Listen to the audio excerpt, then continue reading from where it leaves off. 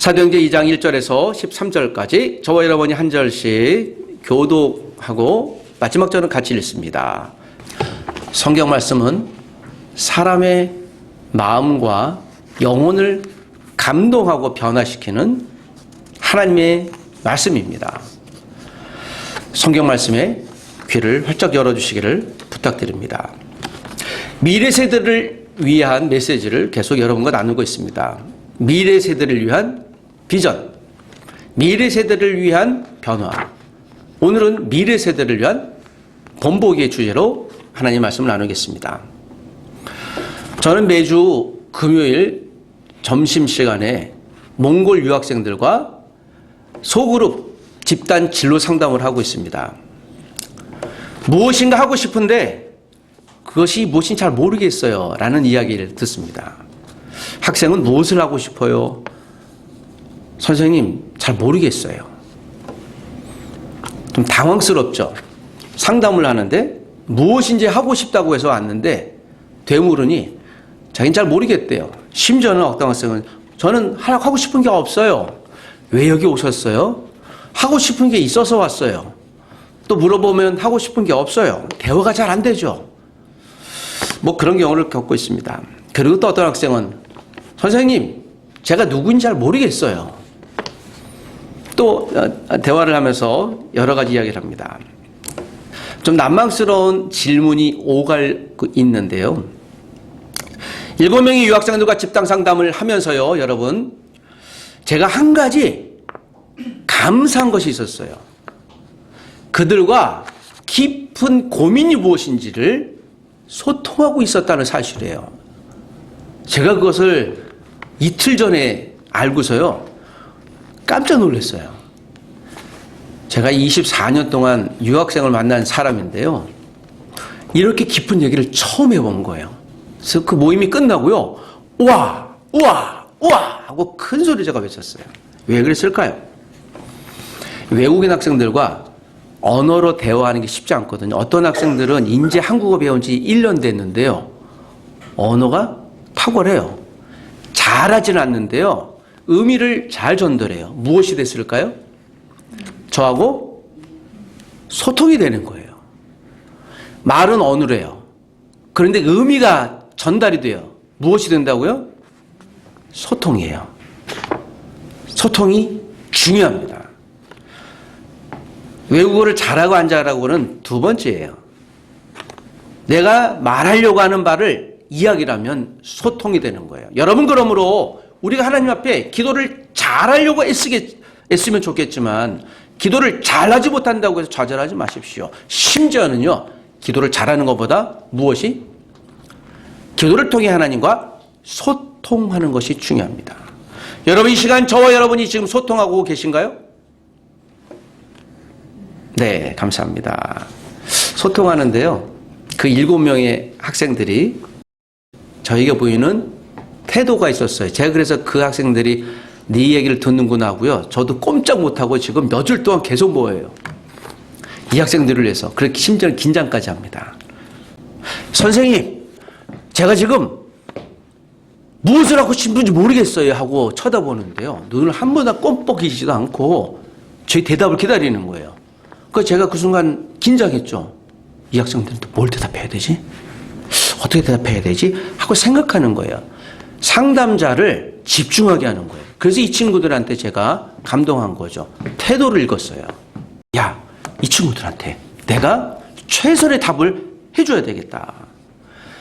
여러분, 결국 태도는 사람들의 감동을 이끌어내는 중요한 단서였다는 것을 알게 됐습니다. 제 개인적인 경험이지만 아마도 이런 경험은 모든 분들이 동일하게 하실 것입니다. 말이 통하고 의미가 통하니 생각을 나누고 고민을 나눌 수 있었습니다. 말은 소통입니다. 하나님과 대화할 때 나를 알게 되고 나를 향하신 뜻이 무엇인지를 알게 되죠. 하나님, 내가 무엇을 해야 되겠습니까?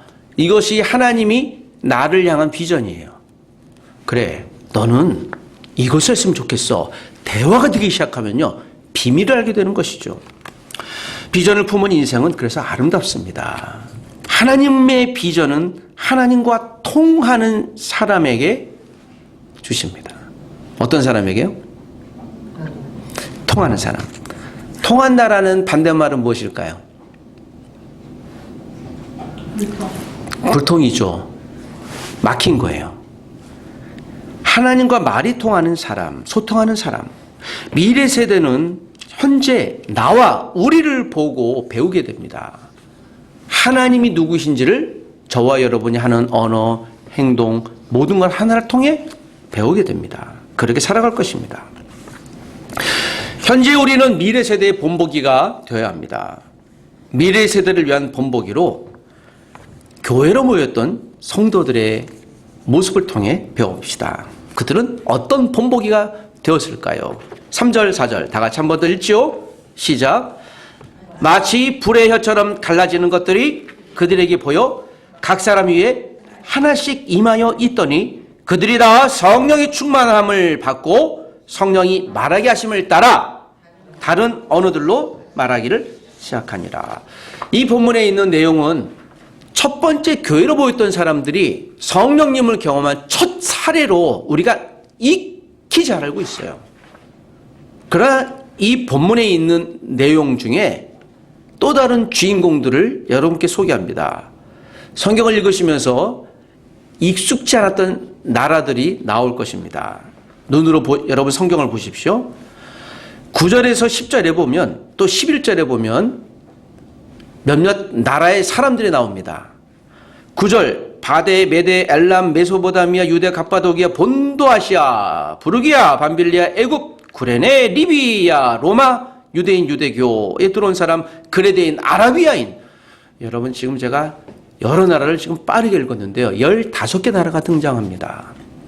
15개 나라는 유대인들이에요. 이 당시에 오순절날, 즉 모든 흩어져 있던 유대인들이 예루살렘으로 왔을 때의 사건입니다. 그 중에 마가의 다락방에 예수님의 부활을 또 예수님의 죽음을 보았던 사람들이 모여 정말 예수님이 계시는구나. 지난 시간에 예수님의 부활을 비로소 보고 나서야 두 눈으로 Look at Jesus Christ.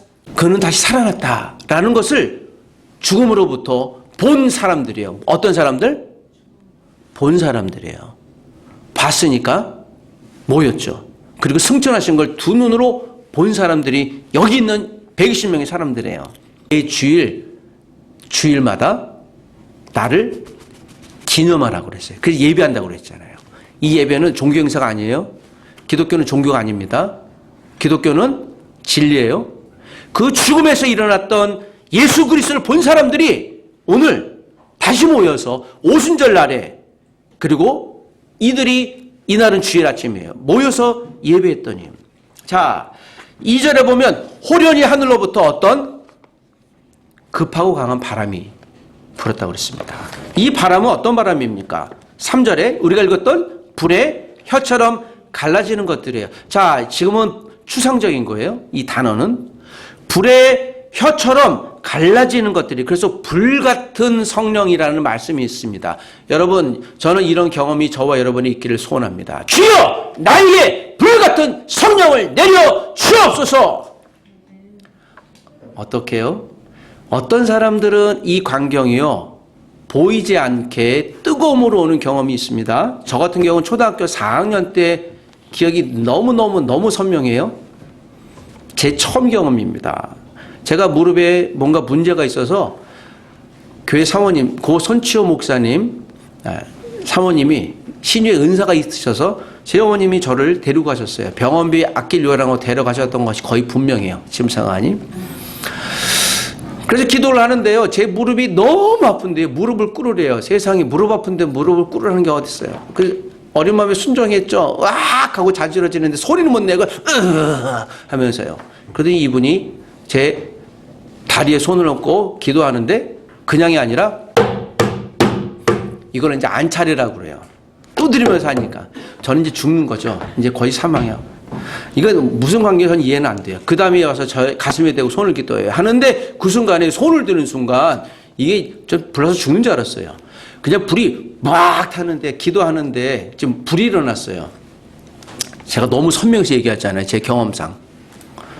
그때 사모님이 저한테 딱 그래요. 지금 정우가 성령의 불을 받았다. 그 기억이 저에게도 너무 선명해요. 그 사모님이 옥수 초등학교 교사셨거든요. 학교에서는 호랭이였는데요. 예, 굉장히 교회에서 인자하신 분이었습니다. 저는 이런 경험이 있습니다. 이 경험을 모든 사람이 안 할 수도 있어요. 다르게 할 수 있습니다. 그 다르게 했던 경험이 본문에 방언이라는 나옵니다. 4절에 보면 그들이 다 성령의 충만함을 받고 성령이 말하게 하심을 따라 다른 언어들로 말하게 했다. 자, 고린도전서에도 이제 나오는데요. 방언은 두 가지가 있습니다. 여기 있는 본문에 나오는 방언은요, 언어예요. 자, 이때 보면 5절에 그때 경건한 유대인들이 아직 예수님을 안 믿던 사람들이에요. 유대인들이 천하 각국으로부터 예루살렘에 왔습니다. 예루살렘에 와서 오순절을 지키기 위해서. 그런데 6절에 이 소리가 나며, 이 소리는 어떤 소리입니까? 여러분 성경을 보십시오. 저를 보지 마시고. 네, 이 소리가 다른 언어 막 했던 소리예요. 이들이 어디 모여 있어요? 마가의 다락방 1절 보니까. 그러니까 다락방에서 마가의 다락방이 120명 정도 모였으니까요. 그 당시에는 거부예요. 다락방에 보통 들어가면 2-3명이에요. 작은 도시예요. 120명. 그래서 마가의 다락방 마리아의 집은요, 어마어마한 부자예요. 거기에 120명이 들어가 있고 웅성웅성 되니까요, 지나가던 사람들이 어떻게 하겠어요? 봤겠죠. 저게 무슨 소리야 하고. 그런데 여기서 신비하죠. 7절에 보니까 다 놀라 신기하게 여겨요.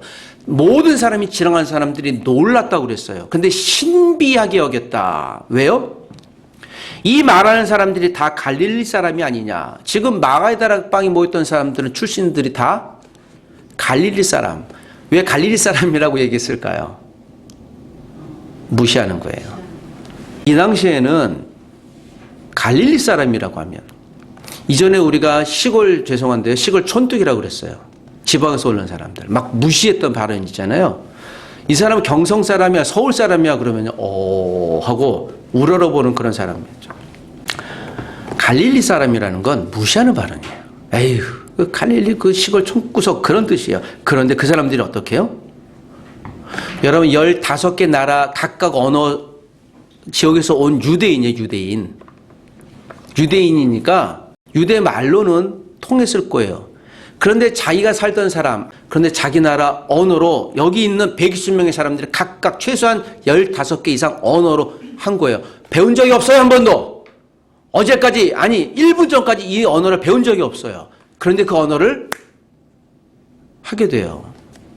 저도 개인적인 경험으로 70대 노인 여자 권사님이 중국인들을 전도하기 위해서 하나님 나에게 중국어로 방언을 십소 했더니 이분도 자기도 모르게 중국인들에게 중국어로 전도하고 있어요. 자기도 놀라서 간증을 들어봤는데 배운 경험이 없어요. 중국 사람에게 이해가 돼요. 그랬더니 퍼펙트, 너무 완벽하다. 야, 이게 신비한 일이다. 여러분들 기도하시길 축복합니다. 그 얘기를 듣고 제가 기도했죠. 하나님, 나는 영어로 잘하고 싶습니다. 영어로 기도하게 해주세요. 라고 일주일 기도했더니 하나님의 음성은 열심히 공부해라. 그래서 예 하고 묻습니다. 아무나 주는 게 아니에요. 특별한 은혜가 있는 거지. 자, 이 얘기를 하는 이유는 무엇일까요? 언어를 잘했다. 노. 여러분, 언어 잘하는 건 잘할 뿐이에요. 별 의미가 없어요. 그래갖고 자랑하는 사람들은 죄송한데 팔불출이에요. 공부를 잘해서 내가 만점 받았다. 예, 그건 은사예요. 그걸 자랑하는 순간 팔불출이 되는 거예요. 좀 덜 떨어진 사람이 돼요. 그건 자랑이 아니라 그냥 은사로 그랬을 뿐이에요. 은사는 자랑하는 게 아니에요. 무엇일까요, 이 이야기는? 9, 10절에, 11절에 내가 태어난, 그리고 자란 언어로 저 사람들이 하는 게 신비하다. 갈릴리 사람인데 어떻게 저렇게 너무 똑부러지게 언어로 이야기하지? 11절 뒤에 읽어보십시오. 우리가 다 우리의 각 언어로 하나님의 큰 일을 말함을 듣는다. 자, 여기에 방점이 있는 것입니다. 하나님의 큰 일이 무엇이에요? 예수 그리스도가 십자가를 죽고 부활하셨다는 사건에 대한 이야기였을 거예요. 그러면 여러분, 이들은 예수님의 죽음과 부활에 대해서 여전히 이것이 삶의 목적이고 교회의 목적이고 내 인생의 목적이에요. 어린 아이나 나이 많은 사람이나 다 할 것 없이 모든 여기 120명의 사람들 중에 나이는 이야기가 나오지 않아요. 꼬맹이부터 시작해서 어르신까지 있었을지 모르겠어요. 나이는 얘기하지 않아요. 여기서 중요한 그것이에요. 모든 사람 다 이 경험을 할 수 있다예요. 여러분 초등학교 제가 9살 때 성령의 불같은 성령을 경험한 것 제 기억하잖아요. 여러분 지금도 어린 아이가 그렇게 경험할 수 있을까요? Yes, 예. 이걸 놓고 여러분들 기도하시길 축복합니다. 그 불같은 경험은 저에게 지워지지 않아요. 그 예수를 따를 수 없는 거예요. 여러분 이 경험이 여러분 가운데 있기를 원합니다. 아직 없으시면 주여 나에게 불같은 성령을 열어주옵소서. 이렇게 기도할 수 있는 저와 여러분이 되시길 소원합니다. 부디 부탁드립니다. 그러셔야 합니다. 이 시대에 그러셔야 살아남을 수 있는 거예요. 믿음으로 살아남을 수 있는 것입니다. 그때 사람들이 보게 돼요. 12절 읽어보겠습니다. 12절 시작. 다 놀라며 당황하여 서로 이르되 이 어찌된 일이냐 하며. 누가 놀랐습니까? 그것을 지나간 사람들이 놀란 거예요. 아니 갈릴리 사람들이 어떻게 저렇게 언어를 똑바로 얘기하지? 이거 신비한 일세라고 당황한 거예요. 당황했다 그랬잖아요. 이건 눈이 뒤집히는 거야. 저 뭐야? 어떤 일이 일어난 거야? 저 사람 왜 저래? 라고 하는 그런 표현을 의미하는 거예요. 그리고 13절에 보니까 또 어떤 사람들은 그들을 보고 어떻게 했다? 13절 다시 한번 읽어보십니다. 시작. 또 어떤 이들은 조롱하여 이르되 그들이 세술에 취했다. 그러니까 술 먹은 사람들로 평가절한 거예요. 자, 이렇게 보면 우리가 성령님의 경험을 한 사람들이 어떤 증상을 갖고 있는지를 성경을 통해 우리가 보게 될 것입니다. 여러분 이들은 지금 성령님과 소통하고 있어요. 우리가 매 주일 오면서 이런 경험이 없을지 모르겠어요. 여러분 이건 나이가 어리거나 많거나 상관없이 말씀드리는 겁니다. 여러분 기도하십시오. 간구하십시오. 소망을 가지십시오. 이랬더니 어떤 목사님이 이 본문을 갖고 이야기하다가 오래전에 그래 목사님 저는 방언을 못해요. 그래서 그랬죠. So what? 그래서 뭐요? 방언을 못하니까 교회 성도님들이 약간 무시하는 경험을 보네요. 목사님의 은사는요 섬기는 거예요. 이건 내가 보기엔 세상 최고의 은사인 줄 믿습니다. 그걸 갖고 설득하십시오. 사람들이 조롱을 해요. 여러분 방언의 은사를 했던 어떤 은사를 했던 은사는 여러분 갈라디아서 5장 22, 3절에 나와 있잖아요. 오직 성령 열매는 사랑과 희락과 화평과 오래 참음과 자비와 앙성과 충성과 온유와 절제니 이 같은 것을 금지할 법이 세상에 아무도 없다. 이 말씀 무엇이에요? 성령님의 이런 열매 은사는요 다 추상적인 거예요. 눈에 보이는 것이 아니라 방언의 은사도 여러분 추상적인 거잖아요. 마음이 중요하다는 거예요. 그분은 섬기는데 최고예요. 이건 성령님 주신 은사입니다. 여러분 아침에 오실 때 운전하시는 분들도 계실 거예요.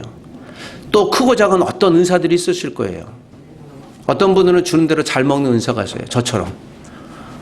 몇 때마다 너무 신비해요. 너무 맛있어서. 그 은사예요. 감사하게 먹는 거.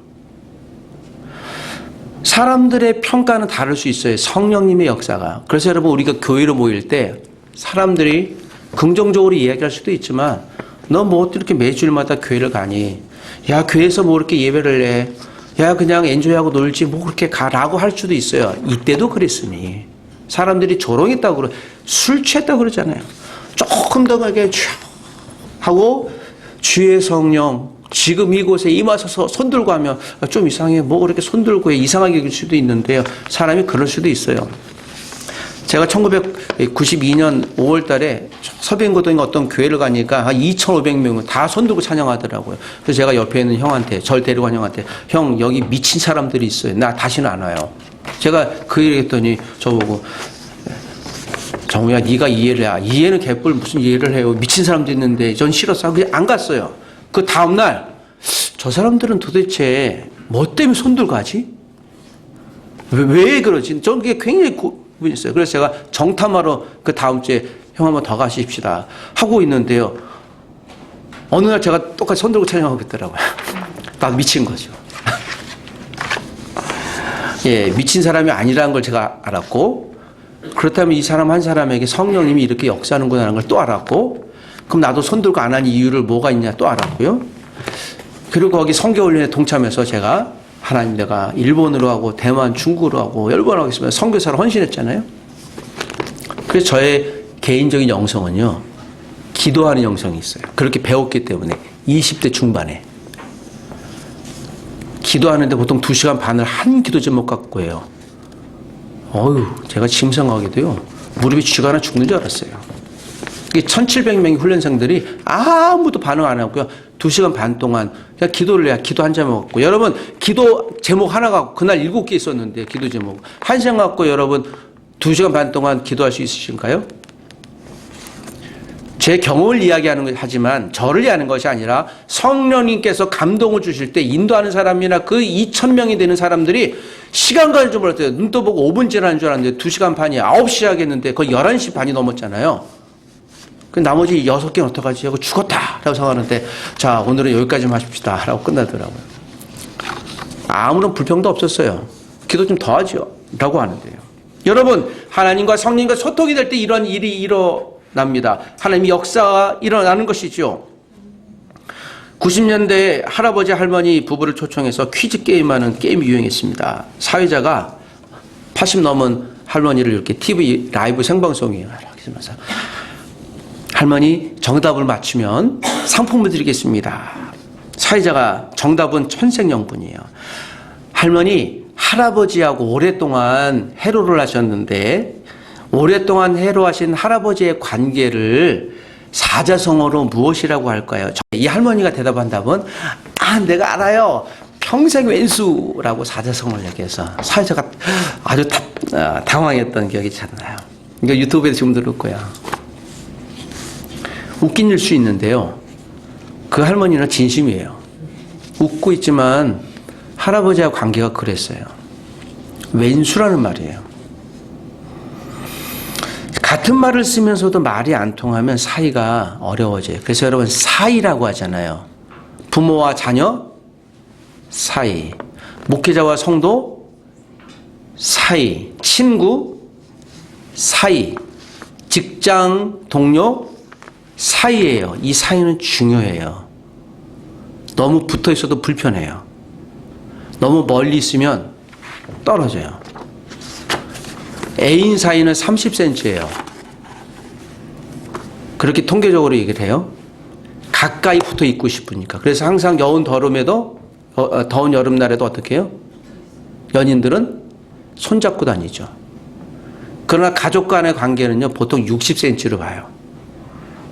60cm. 여러분이 이렇게 해갖고요, 요 정도 돼서 살짝 걸치는 게 가족 관계예요. 그래서 가족들이 보통 앉을 때 같이 앉아요. 요렇게. 상담하시는 분들 요걸 봐요. 상담했을 때 부부나 자녀나 친척들이 같이 앉는 요 밑을, 요걸 유심히 봐요. 그래서 가깝구나, 멀구나, 어떻구나라는 걸 아는 거죠. 우리 성도들 사이는 어떨까요? 성도들의 사이. 그 오시자마자 목사님 하고 저한테 와주시면 너무 좋겠지만, 예, 사이가 필요한 거예요. 가깝지도 않고 멀지도 않고 좋은 사이. 하나님과는 어떤 사이일까요? 사랑하는 여러분, 하나님과 사이를 부디 점검하시길 원합니다. 성령님과 사이를 점검하시길 원합니다. 대화할 수 있는 사이예요. 대화할 수 있는. 밤 10시 이후에는 침묵합니다. 하나님과 사람이 침묵하고 싶을 때가 있는 거예요. 하나님과 사이도 마찬가지죠.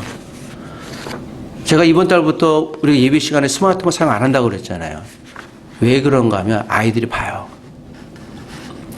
이 아이들은 영적으로는 아이들이 얘기합니다. 안 쓰는 거예요. 여러분들이 오전 9시 반부터 저에게 문자 좀 제가 확인을 못 해요. 제가 아예 보질 않기 때문에. 편한 기기지만 그 편함이 우리 예배에 편하려고 온다고 그러지 않았어요, 지난 시간에. 불편할 수도 있는데 하나님을 바라볼 수 있다면 감사한 거예요.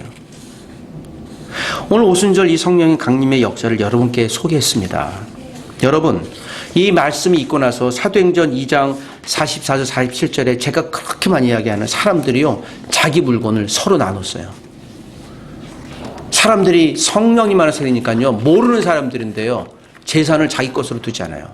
나중에 펴보십시오. 사도행전 2장 44절로 47절을 보면 사람들이 모든 자기 재산을 월급 받는 걸 교회에 갖다 놨어요. 거기 목회자들이, 사도들이 다 취한 게 아니라 신비한 일이 일어난 거예요. 왜요? 우리가 무엇이기 때문에? 한 가족이 되었다는 걸 인식했기 때문에. 최소한 120명 사람들이 이제 가족이에요. 돈을 다 갖다 놨어요. 있는 걸 다.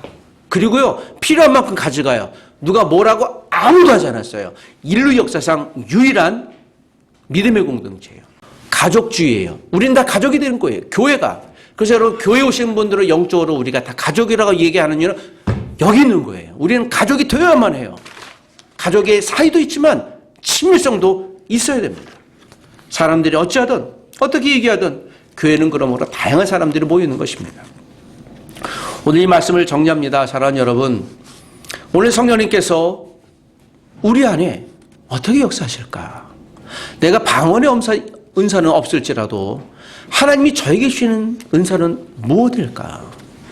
이 은사가 저와 여러분의 인생을 변화시킬 것입니다. 그것을 갖고 있는 우리가 예배할 때, 세상에서 살아갈 때 사람들이 변화될 것이에요. 우리가 성격이 없어서 분노 안 하는 것이 아닙니다. 예수를 믿기 때문이에요. 그래서 절제하는 거예요. 우리가 분노를 쉽게 표현하지 않는 이유는 단 한 가지예요. 예수가 나를 위해 벌거벗고 십자가에 죽으셨고 다시 살아나셨다는 이유 때문입니다. 기도하겠습니다. 하나님 아버지, 부부가 마음으로 소통할 때 자녀 세대가 보고 인생 본보기로 삼을 것입니다. 교회 성도가 사랑으로 소통할 때 세상이 교회를 존중하게 될 것을 보게 될 것입니다. 목회자가 거룩을 위해 몸부림 칠 때 성도들이 거룩해질 것을 볼 것입니다. 그리스도인 정치인들이 성경으로 정치를 할 때 국가가 건강하게 변화될 것입니다. 그리스도인 청소년이 하나님을 사랑할 때 학교가 건강하게 변할 것입니다. 교회가 하나님과 소통하게 도와주시옵소서. 우리가 하나님과 소통하게 하시고 성령님과 소통하게 도와주옵소서. 가족으로 살게 도와주시되 성령님 안에서 소통했던 가족들이 하나님을 경험하고 만나고 나의 주머니를 서로에게 기꺼이 나눠줄 수 있으며 나의 시간을 그를 위해 헌신할 수 있도록 주여 우리가 성령님의 큰 공동체가 되게 하여 주시옵소서.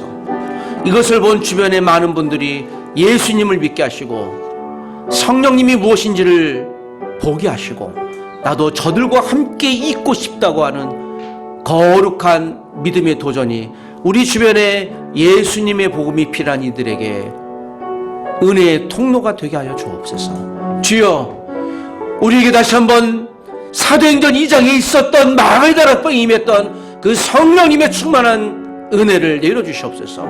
주여, 성령의 은사를 내려주시옵소서. 주여, 우리가 마음이 뜨거워지게 하여 주시옵소서.